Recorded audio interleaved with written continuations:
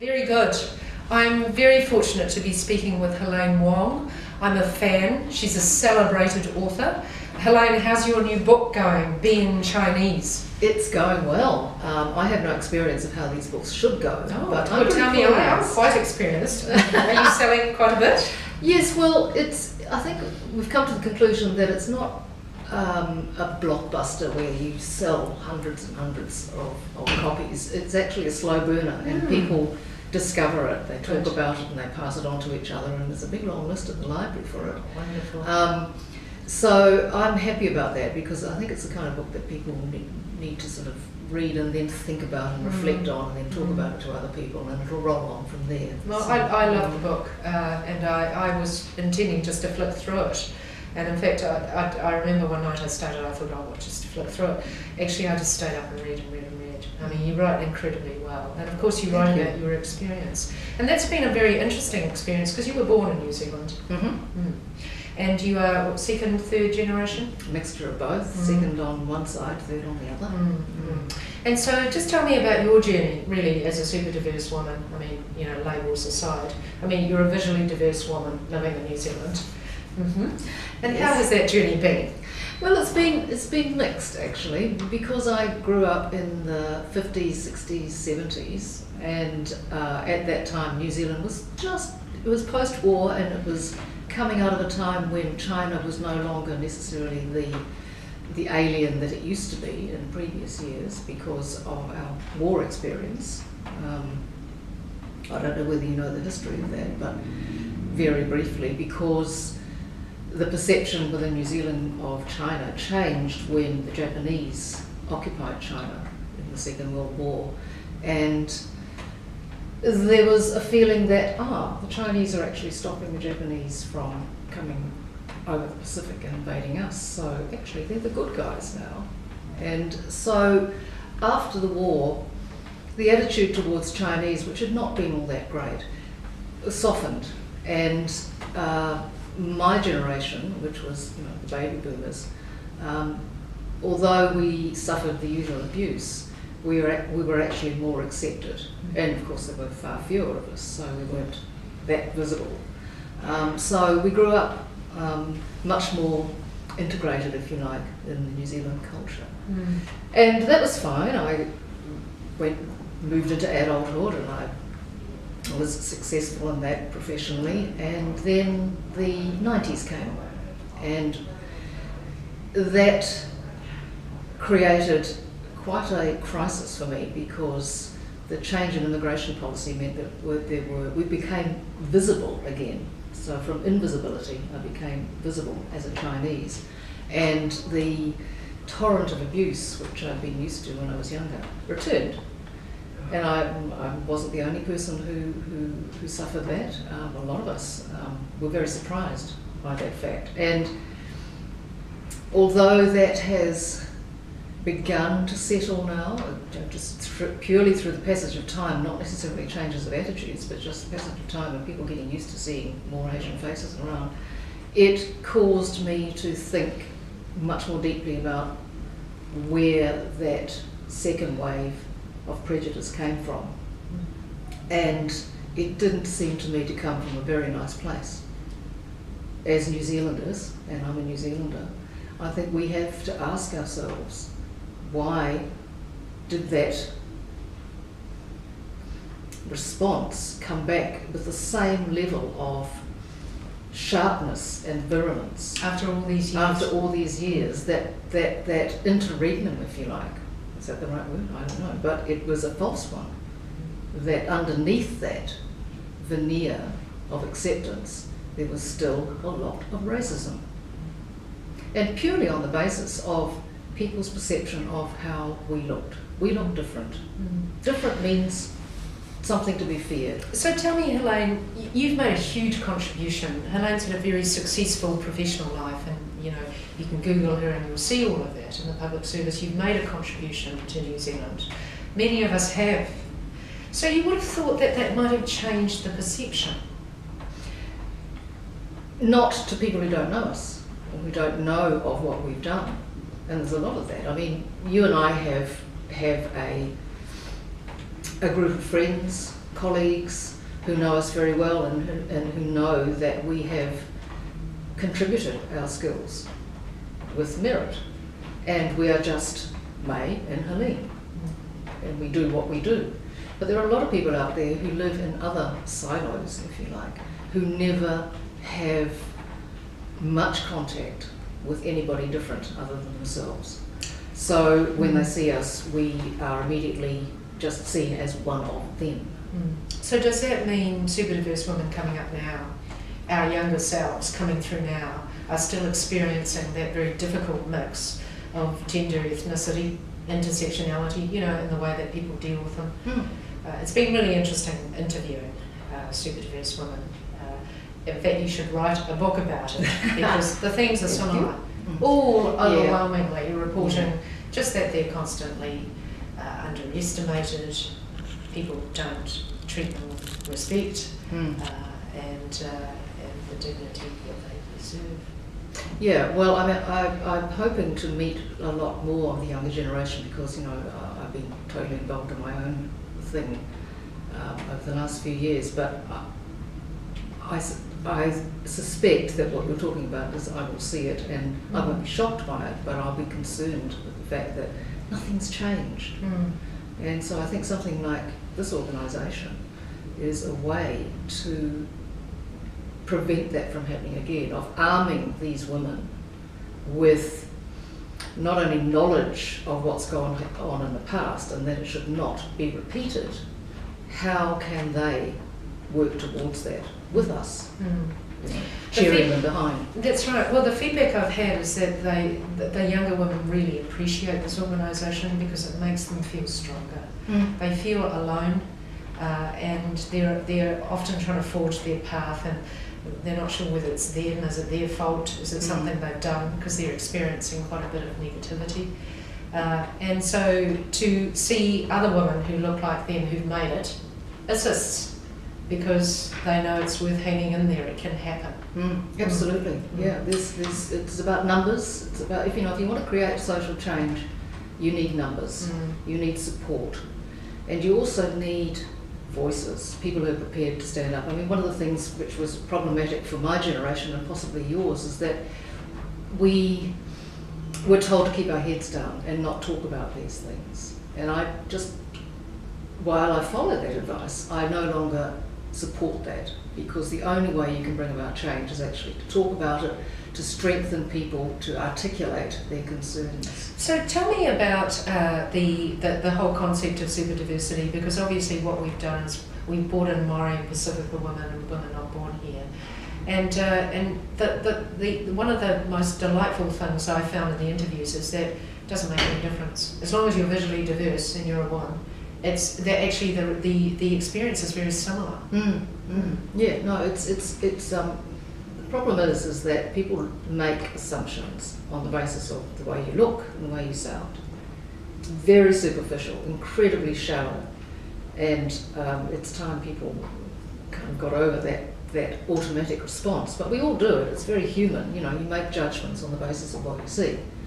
And so we, as women particularly, have to keep fighting against that. That's a big challenge for us, to get people and expose ourselves, I suppose, to show people that we are, in fact, we do have brains, we do have ideas, we can speak English, and we can actually bring something to the table. I mean, the thing about diversity, it's not just about skin colour. It's actually about the fact that we, being bicultural or multicultural or whatever, are used to seeing things in more than one way. We're used to walking in two different contexts, and we can bring that flexibility to the table in our professions, to our organisations, to solving problems, because we don't necessarily see things just in one black and white perspective. We can see that there are other things, some of them might be cultural, some of them just might be out of pure different experiences, to solve huge problems and small problems in an organisation or in a profession. So in terms of what SUPERdiverse women can achieve, I was just reflecting when I was inaugural chair of New Zealand Global Women, very slow, it took a long time. when I started New Zealand Asian Leaders, faster. But actually I've never had as fast an evolution, development and take-up as for SUPERdiverse WOMEN. I think the time's really right. I mean, there might have been a couple, but I think everyone I've emailed have said, oh, about time.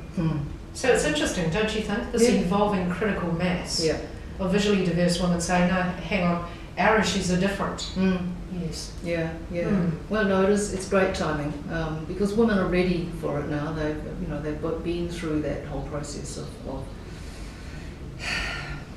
trying to develop the confidence, I suppose, to do this kind of thing. So they're ready and waiting, and they've got the abilities to do this now. Whereas before, in the past, they might have said, "Oh, you go first." No, not me. I'm not used to standing up. But I think they are well qualified and ready, and it's just waiting to be invited to say yes. I give you permission now to actually say what you really feel and make a contribution. Well, there have been women's organisations though, but it's very interesting. People have said no, SUPERdiverse women actually have different issues. We have unique paths, and so that's been. I think that's what's new, isn't it? Absolutely. Yeah, and they wanted to relate to each other. So, in terms of the future, then, what is your hope really? I mean, you're obviously trying to do things with your work. I think writing Being Chinese is incredibly brave because it's very personal. It never felt brave to me. Because I really wanted to do it. I really Right. wanted to articulate all of that for myself and then for Have you had some other racist people. backlash? Has it mainly been positive? I haven't personally, but then I probably wouldn't. And whether the kind of people who would come out with that backlash have actually read about it, heard about it, whatever, I don't know. But no, it's been remarkably well received. And people have engaged with it on all sorts of levels. So, they're not necessarily thinking about the racist aspects, they're really thinking more about, oh, yes, I grew up in the 50s and I remember that shop that you were talking about and so on. So it touches people on different levels. So it's 2017, it's election year, and ethnicity, migration have been key themes. So I don't doubt it's going to be quite a tough year on the ethnicity migration front. I mean, is it getting any better? I just thought I'd ask you a small question to finish. Yes. Oh, well, actually, it's a big question because our election is taking place in a whole climate of geopolitical instability, really, with he who shall not be named currently, doing his things, just starting to do his thing. So you're not a Trump yet? I'm not a Trump yet, no. And in some ways that might be good for us in that it causes New Zealanders to think, okay, is this how we want to be perceived? Or how do we want to behave in relation to what he's doing? Or it might bring out other elements in society who will try during the election campaign to repeat the success, and we have to be ready for it. So I think it's going to be an interesting year, but it could go either way. I'm not making any predictions at all. It is, but hopefully to have some hope for the future, that as we continue to make a contribution, to Helene, mixed race marriages, mixed race kids, you think, critical mass, Auckland, 50% Māori Pacific are Asian, demographic statistics, 2038, 51% identifying with the ethnicity of Māori Pacific or Asian. You just think that with all of that should come an attitudinal change, really? Yeah, I think it's inevitable. I mean, I always have hope, and I just look around the streets of Auckland and look around amongst the people that I know and people that I don't know, and I see people on the streets of mixed race. I hear languages and all sorts of languages on Queen Street. I see that people eating in different restaurants. There are certainly silos of conservatism and racism which exist, and they are the ones who perhaps will not change. So I don't necessarily have a huge amount of hope for them, unless someone from that silo happens to meet a Chinese girl at university. And suddenly the whole thing is blown apart for that particular family, and whatever happens will happen.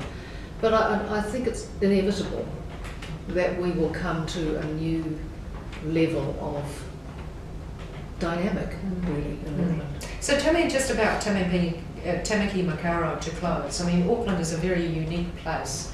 Culturally, it's one of the most super diverse in the world, number 4. And so talk to me a little bit about the unique nature of Auckland. I like its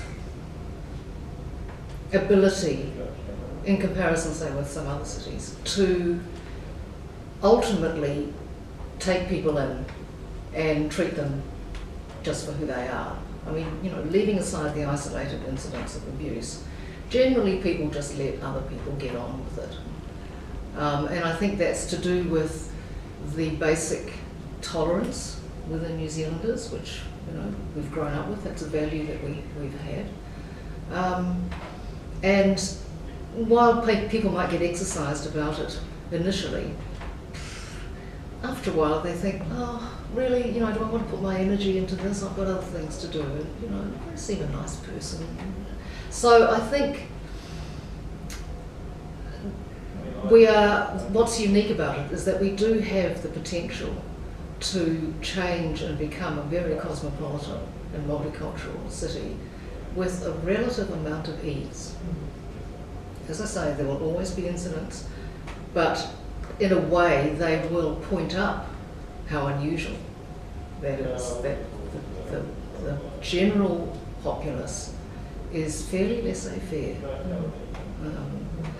Are you confident we can keep it that way? Are we doing enough work on race relations issues? I mean, obviously here we're talking about gender and ethnicity, which is even more complicated. But are we doing enough just to keep the fact that we're number 5, I think, in the peace index for good race relations?